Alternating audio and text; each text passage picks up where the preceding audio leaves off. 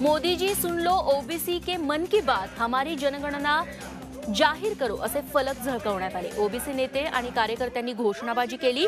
जिल्हा परिषद निवडणूक ही कटकारस्थान करून लादण्यात आल्याची टीका मंत्री सुनील केदार यांनी केली।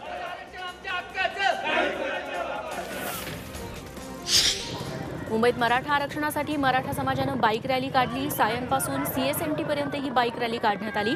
मराठा समाजामध्ये जनजागृती व्हावी यासाठी या बाईक रॅलीचं आयोजन करण्यात आलं। यात मराठा क्रांती मोर्चा, सकल मराठा मोर्चा, संघर्ष मोर्चाचे प्रतिनिधी मराठा आरक्षण समर्थनार्थ सहभागी झाले।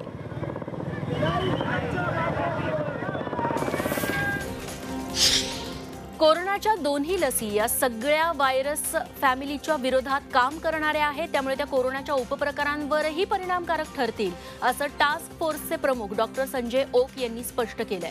मात्र डेल्टा प्लस कोरोना व्हेरिएंटचा संसर्ग मोठ्या प्रमाणात होतोय असा इशाराही त्यांनी दिला।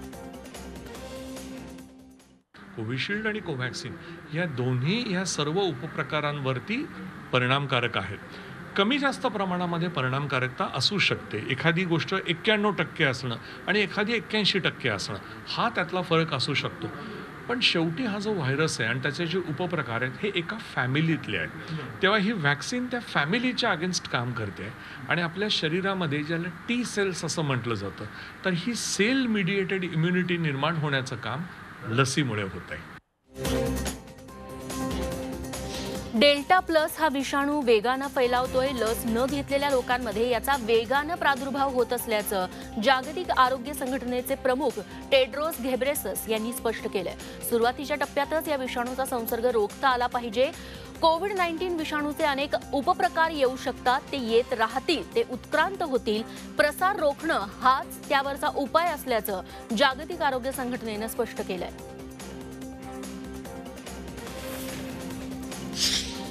कोरोनाची तिसरी लाट दुसऱ्या लाटे एवढी भीषण नसेल असं ICMR म्हणतंय। कोरोना लसीकरणाची मोहीम वेगानं राबवल्यास तसंच लॉकडाऊन सारख्या उपायांमुळे तिसऱ्या लाटेची तीव्रता कमी करण्यास मदत मिळणार आहे। डेल्टा प्लसचा धोका वाढतोय। डेल्टा प्लसचे विषाणू अनेक राज्यात आढळतायत। अशा काळात ICMRचा निष्कर्ष भुवया उंचावणार आहे।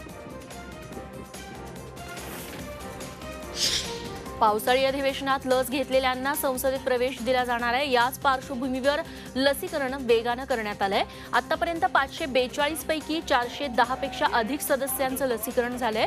राज्यसभेच्या 93% तर लोकसभेच्या 80% सदस्यांचं लसीकरण पूर्ण झालंय। देशभरात शनिवारी 50,040 नवे कोरोना रुग्ण आढळलेले आहेत, तर 57,944 जण कोरोनामुक्त झाले। कालच्या दिवसात देशातल्या 1,258 जणांचा कोरोनानं बळी गेला। देशभरातल्या ऍक्टिव्ह केसेसचा आकडा आता 5,86,403 वर गेलेला आहे।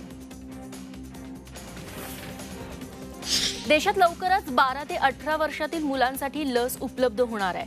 झायडस कॅडिलाकडून ही लस तयार करण्यात आली आहे। लसीकरण मोहिमेबद्दल सुप्रीम कोर्टानं काही प्रश्न उपस्थित केले होते, त्यांना उत्तर देताना सुप्रीम कोर्टानं वर्ष अखेरपर्यंत देशातील 18 वर्षांपुढील सर्व नागरिकांचं लसीकरण करण्याची योजना असल्याची माहिती दिली। 12 ऑगस्ट ते 21 डिसेंबर या कालावधीत देशात 135 कोटी डोस उपलब्ध असतील अशी माहिती समोर येते। सुप्रीम कोर्टात केंद्र सरकारने ही माहिती सादर केली आहे। सरकारने सादर केलेल्या प्रतिज्ञापत्रात ही माहिती देण्यात आली आहे। या माहितीत Covishield, Covaxin, bio E vaccine, Zydus कॅडिलाची DNA वॅक्सिन यांचा उल्लेख करण्यात आलाय। कोविशिल्डचे सर्वाधिक डोस असणार आहेत।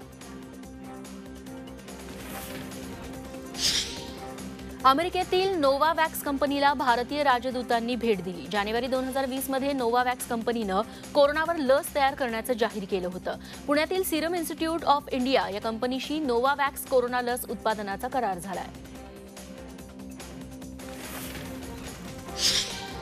देशात आतापर्यंत 40 कोटीहून अधिक चाचण्या करण्यात आल्या। देशभरात चाचण्या करण्यात येत असून त्यात अभिनव पद्धतीचे चाचणी संच वापरण्यात येतात। चाचण्या जास्त होत असल्याने मृत्यूचा दर घटण्यास मदत होतीये।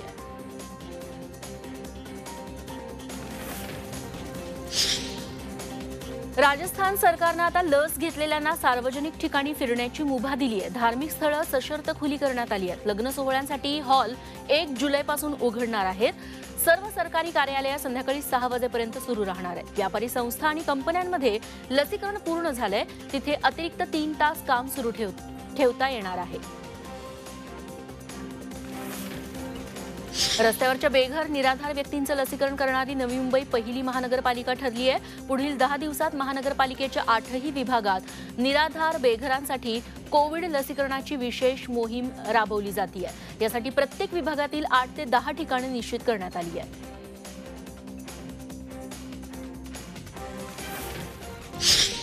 कोल्हापूर जिल्ह्यात लॉकडाऊन कायम राहणार आहे. जिल्ह्यात कोरोनाचा आकडा वाढतोय त्यामुळे कोल्हापुरात लेव्हल 4चेच निर्बंध लागू राहणार आहेत. कोल्हापूरचा पॉझिटिव्हिटी रेट हा तब्बल 16.7% पोहोचलाय. कोकणात कोरोनाचा नवा व्हेरियंट आढळल्यानं सीमेवरती निर्बंध अधिक कडक करण्यात आले.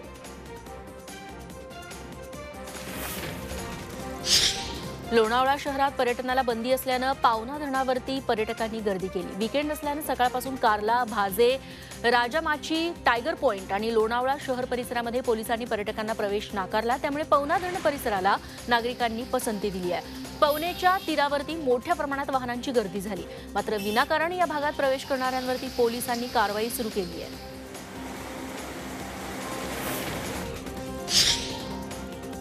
इन्फोडोस या डिजिटल जनजागृती अभियानाचा शुभारंभ मुंबईतल्या चेंबूरमध्ये झाला. शिवसेना खासदार राहुल शेवाळे आणि श्री राधा फाउंडेशन यांनी याचं आयोजन केलंय.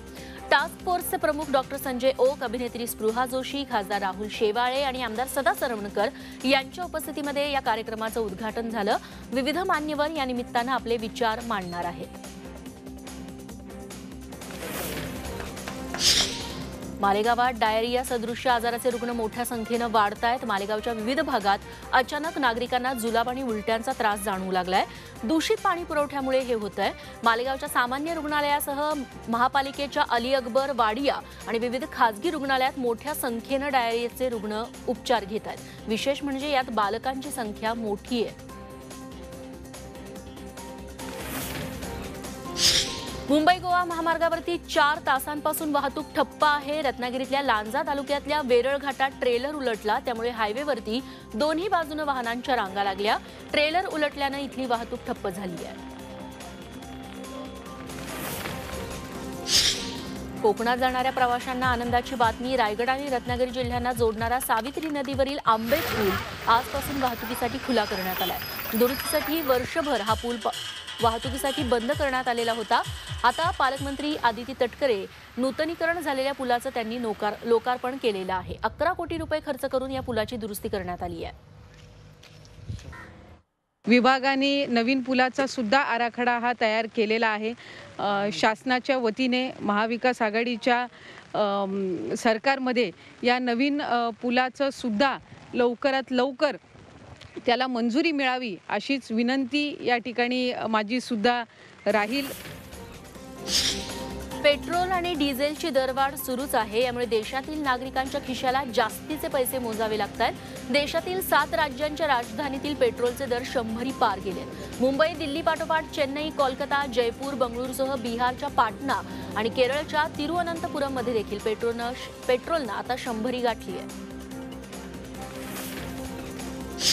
खासगी आणि सहकारी बँकांच्या व्यवस्थापकीय संचालक, सीईओ तसंच पूर्णकालीन संचालक या पदांवरती राजकारण्यांची नियुक्ती न करता अर्थशास्त्राची पदवी असणं अनिवार्य असेल. आरबीआयनं हा महत्त्वाचा निर्णय घेतलाय. तसंच या पदांवरील नियुक्त्यांचा कार्यकाळ एकावेळी 5 वर्षांपेक्षा जास्त राहणार नाही अशी अधिसूचना ही आरबीआयनं काढली आहे. आरबीआयचा निर्णय स्वीकारावाच लागेल असं शरद पवारांनी म्हटलंय. कल्याणमध्ये दुपारनंतर अचानक पावसाच्या जोरदार सरी कोसळल्या. कल्याणमध्ये सकाळी पाऊस बघायला मिळाला. त्यानंतर काही वेळ ऊन पडलं तर पुन्हा पावसाच्या सरी कोसळल्या. ढगांच्या गडगडाटासह इथं जोरदार पाऊस झाला. अचानक पाऊस आल्यानं नागरिकांची काही काळ तारांबळ उडाली. पंढरपूर शहराला काल रात्री मुसळधार पावसानं झोडपून काढलं. यामुळे सखल भागात पाणी साचलं. काल रात्री 64 मिलीमीटर इतका पाऊस नोंदवला गेला. यामुळे प्रदक्षिणा मार्गावरील छत्रपती संभाजी महाराज चौकात पाणी साचलं. या भागातील गटार तुंबल्यानं अनेक नागरिकांच्या घरात हे पाणी शिरलं. इंदिरा गांधी शॉपिंग सेंटरमध्येही अनेक दुकानात पावसाचं पाणी गेल्यानं साहित्य खराब झालंय. चांगला पाऊस झाल्यानं बीडच्या शेतकऱ्यांनी मोठ्या प्रमाणावर सोयाबीनचा पेरा केला. मात्र आता पावसानं दडी मारल्यानं बीड जिल्ह्यातील सोयाबीनचं पीक धोक्यात आलंय. परिणामी सोयाबीन उत्पादनातून नफा मिळण्याचं 80% शेतकऱ्यांचं स्वप्न भंगणार असल्याचं चित्र आहे. पाण्याअभावी पीक करपू लागल्यामुळे दुबार पेरणीचं संकट जिल्ह्यातील अनेक भागात आहे.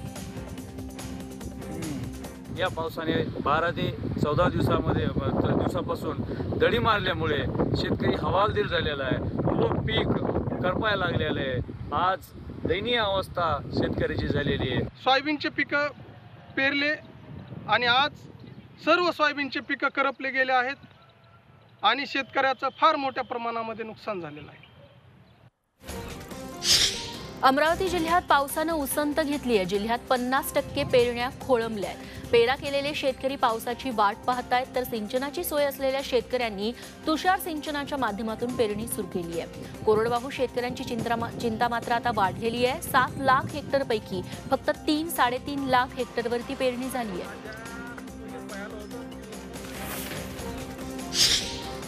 नाशिकच्या पूर्व भागात पावसानं दडी मारली आहे. पावसानं खंड दिल्यानं खरीपाच्या पेरण्या खोळंबल्या आहेत, तर अनेक शेतकऱ्यांवरती दुबार पेरणीचं संकट ओढावलंय. त्यामुळे मनमाड आणि परिसरातला शेतकरी हवालदिल झालाय. अष्टविनायकातील प्रथम स्थान असलेल्या मोरगाव इथं भाविकांनी गर्दी केली. जिल्हाभरातले भाविक संकष्टी चतुर्थी निमित्त दर्शनासाठी इथे येतात. बऱ्याच दिवसानंतर कमाई झाल्यानं व्यावसायिक आनंदात होते. आज चतुर्थीच्या निमित्तानं मयुरेश्वर मंदिर जरी बंद असलं तरी पायरी आणि कळस दर्शनाच्या निमित्तानं भाविक तीर्थक्षेत्र मोरगाव इथं दाखल झाले होते.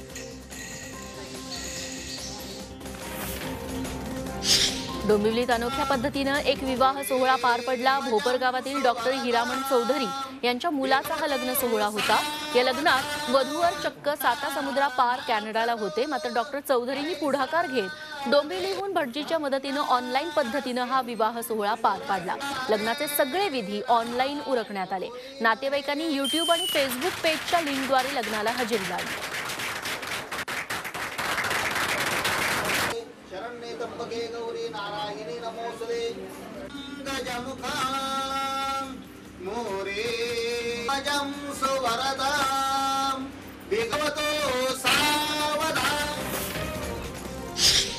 हॉलमार्क दागिन्यांची ग्राहकांना अद्याप प्रतीक्षाच आहे. राज्यातील मोठ्या जिल्ह्यांमधील सर्व सराफी पेढ्यांमध्ये हॉलमार्क दागिने उपलब्ध होण्यासाठी किमान 1.5 महिन्यांची प्रतीक्षा करावी लागणार आहे. निर्णय लागू झाला असला तरी अजूनही नोंदणी प्रणालीत काही बदल अपेक्षित आहेत. त्यामुळे ऑगस्ट 2021 पर्यंत हॉलमार्किंगला मुदतवाढ मिळालेली आहे.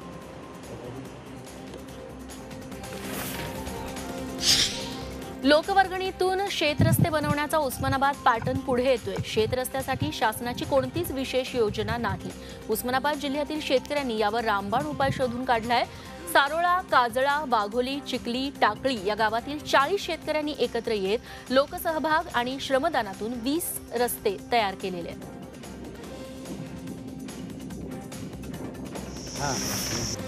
नाशिक जिल्ह्यात इगतपुरीत रेव पार्टी रंगल्याचं उघड झालंय. मुंबई आग्रा महामार्गावरती एका बंगल्यात ही रेव पार्टी रंगल्याची माहिती पोलिसांना मिळाली. रेव पार्टीमध्ये 10 पुरुष आणि 12 महिला आढळून आल्या आहेत. यातल्या 4 महिला फिल्म इंडस्ट्रीत काम करणाऱ्या असल्याचं कळतंय. एक महिला बिग बॉस मधली स्पर्धक असल्याचंही पुढे येतंय. बंगल्यात मादक द्रव्य, दारू आढळली. पुरुष आणि महिला बिभत्स अवस्थेत असल्याचंही आढळलंय. पोलिसांनी इथे रेड केल्यानंतर आपल्याला 10 पुरुष आणि 12 महिला ज्या आहेत त्या ड्रग्ज आणि हुक्क्याचं सेवन करताना सापडले होते. त्या संदर्भाने पोलीस आता पुढची कारवाई करत आहे. 22 लोक जे होते इथे त्यांच्यावरती कारवाई चालू आहे. त्याचबरोबर इतर जे हे होते इतर याच्यात जे सपोर्ट करणारी लोक आहेत त्यांच्या संदर्भाने पोलिसांची कायदेशीर कारवाई पुढे चालू आहे. चोराने सोसायटीतील नागरिकांना बेदम मारहाण केल्याची घटना घडली आहे. विरार पूर्वेकडील ओम देवकृपा अपार्टमेंटमध्ये रात्री 1च्या सुमारास एक चोरटा घुसला आणि चोरी करताना इमारतीतील लोकांनी त्याला पकडलं असता या चोरानं सोसायटीतील नागरिकांनाच मारहाण केली. या चोरट्यानं कबड्डी स्टाईलनं 2 जणांवरती हल्ला केला. इशाम जलालुद्दीन असं या चोरट्याचं नाव आहे. तो मूळ केरळमधला आहे. रहिवाशांनी नंतर त्याला पोलिसांच्या ताब्यात दिले.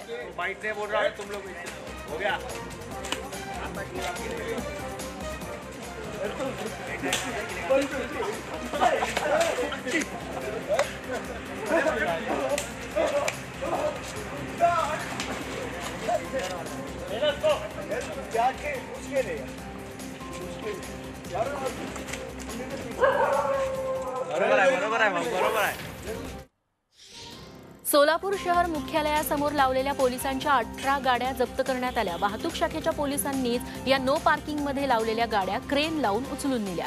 शिवाय वाहतूक शाखेनं पोलिसांकडून 3,600 रुपयांचा दंड देखील वसूल केलेला आहे. विशेष म्हणजे यातील बहुतांश गाड्यांवरती पोलीस असं लिहिलेलं होतं. भंडारा जिल्ह्यात अंमली पदार्थांची मोठ्या प्रमाणात तस्करी करणाऱ्या गुन्हेगारांच्या मुसक्या पोलिसांनी आवळल्यात. 2011 पासूनच्या प्रकरणाचा छडा लावत पोलिसांनी ब्राऊन शुगर गांजा जप्त केला होता. ही संपूर्ण प्रकरणं निकाली लागल्यामुळे भंडारा जिल्हा पोलीस अधीक्षकांनी पोलिसांच्या ताब्यात असलेल्या ब्राऊन शुगर गांजा या अंमली पदार्थांना जाळून नष्ट केलं. अमरावती नागपूर राष्ट्रीय महामार्गावरती शिवसेना शहरप्रमुख अमोल पाटीलची हत्या झाली. तिवसामध्ये आशीर्वाद वाईन बार समोर रात्री 10:30च्या सुमाराला ही हत्या झाली. अमोलच्या डोळ्यात मिरची पूड टाकून 2-3 अज्ञातांनी त्याच्या डोक्यावरती वार केले. तर अमोलवरही 2 हत्यांचा आरोप होता. त्याला 2 वर्षांसाठी तडीपारीचा आदेश होता. अवैध धंद्यातून ही हत्या झाल्याचा संशय आहे. खेड तालुक्यातील लोटे गावात गोवा बनावटीची दारू जप्त करण्यात आली आहे. राज्य उत्पादन शुल्क विभागाने ही कारवाई केली आहे. गोवा बनावट दारूच्या 92 बॉक्ससह 11,62,000 रुपयांचा मुद्देमाल जप्त करण्यात आलाय. या प्रकरणी बोलेरो टेम्पो चालकाविरोधात गुन्हा दाखल करण्यात आलाय आणि त्याला ताब्यात घेण्यात आलाय. कोकण विभागातली ही मोठी कारवाई मानली जाते. माजी गृहमंत्री अनिल देशमुखांचे खासगी सचिव असलेले संजीव पालांडे यांचं निलंबन होण्याची शक्यता आहे. शासकीय अधिकारी 48 तासांहून अधिक काळ कोठडीत असेल तर महाराष्ट्र नागरी सेवा नियमानुसार त्याचं निलंबन होतं. पालांडे यांना 26 जूनला पहाटे 1 वाजता अटक झाली आहे. त्यामुळे 48 तासात जामीन न मिळाल्यास नियमानुसार त्यांचं निलंबन होऊ शकतं.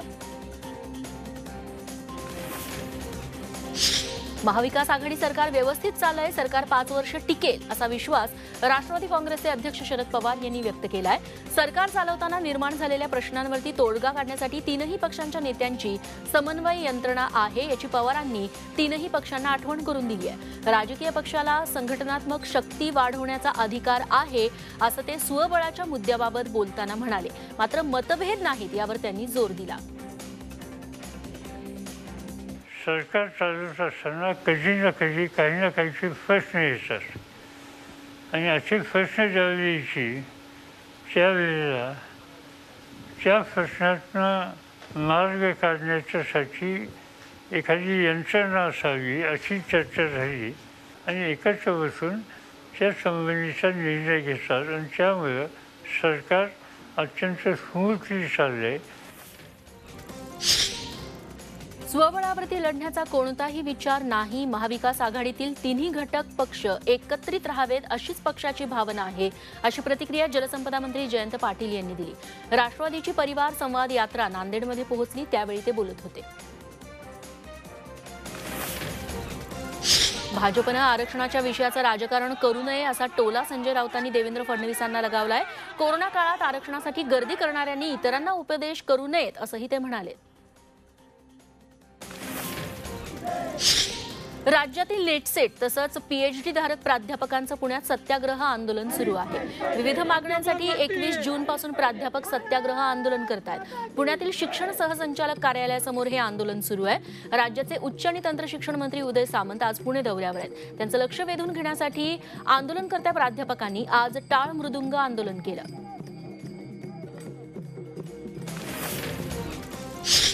कोरोना काळात बंद पडलेल्या जगातल्या लक्झरी क्रूज सेवा पुन्हा सुरू झाल्यात.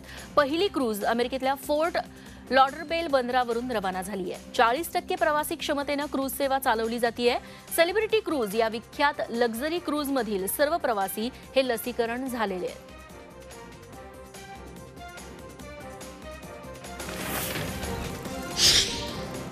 टेल्सा कंपनीनं चीनमध्ये विक्री झालेल्या 2,85,000 इलेक्ट्रिक कार परत मागवलेल्या आहेत. या गाड्यांच्या क्रूज कंट्रोल फंक्शनमध्ये त्रुटी आढळलेल्या आहेत. या सगळ्या गाड्या डिसेंबर 2019 आणि या महिन्यात उत्पादित झालेल्या आहेत. या गाड्यांचं क्रूज कंट्रोल फंक्शन आपोआप सुरू होत असल्यानं धोका निर्माण झालाय.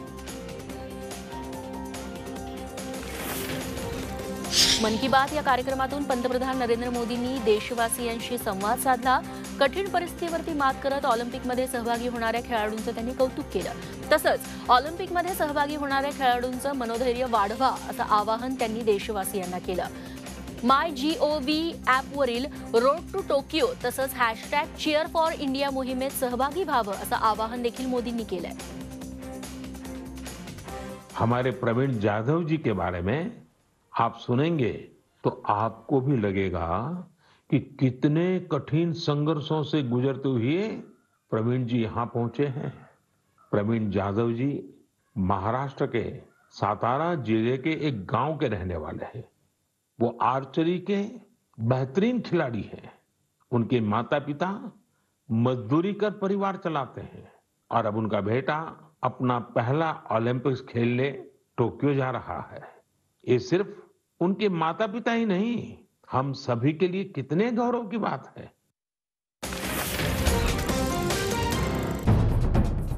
सह्याद्रीची उंची म्हणजे